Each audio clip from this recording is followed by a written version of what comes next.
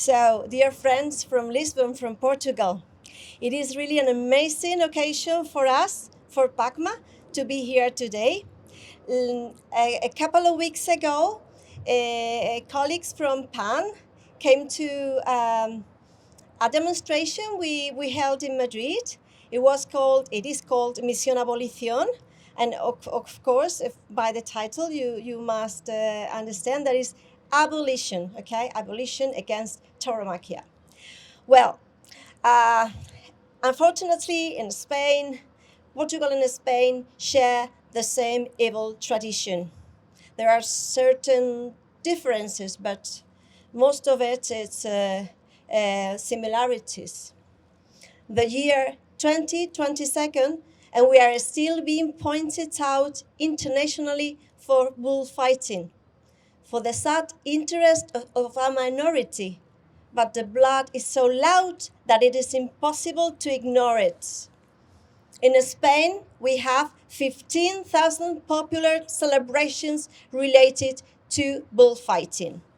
The bullfights, what we understand as corridas, have been losing steam. For example, in Bilbao this year have been a real failure in sales. But the local bullfights are deeply rooted in certain areas of Spain, what you call festejos populares, what we call encierros, or the running of the bulls. So the running of the bulls is really, really rooted, and it's very, very difficult for some locals, for some villagers to change, to evolve. Thousands of festivals with the horrifying statistics, because this year 8 deaths and hundreds of injured people, including a minor seriously injured, puts again this under a spotlight and revives the debate in Spanish society. What kind of celebration is it that takes lives for just fun? Where is common sense and ethics?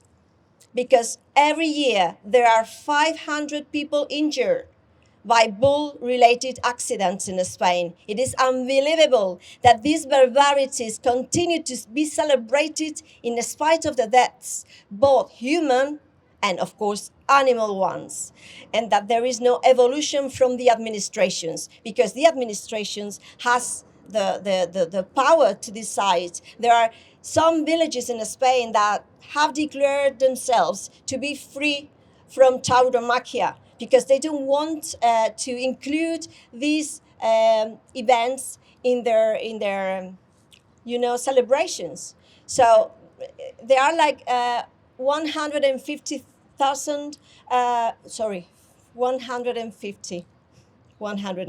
only villages in Spain that declare themselves against tauromaquia, which is a good step forward.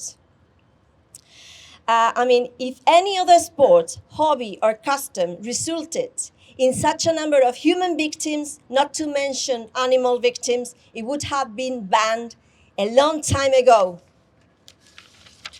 We've also had the misfortune of witnessing the running of bulls for children, which tends to become more and more normalized, bringing children closer to the humiliation and suffering of animals, so that when they are adults, they are encouraged to participate in the running of the bulls, despite the fact that they cannot participate by law sometimes in some regions in Spain, and that the UN Committee on the Rights of the Child advises against their presence, urging Spain to keep minors away from bullfighting violence.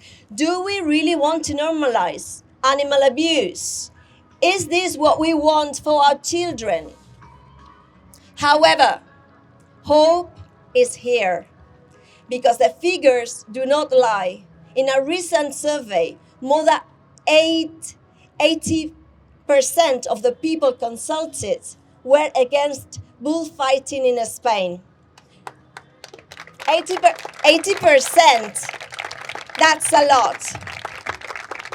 And hope is here again, because according to the Spanish Ministry of Culture, only 8% of the population in the two last late years attended a bullfighting spectacle. Only 8% of the population.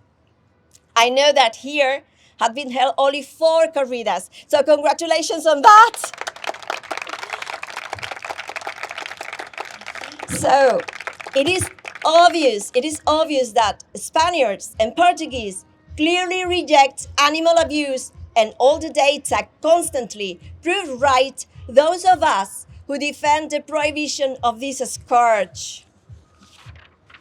We are sure that PAN and PACMA could tackle many issues together.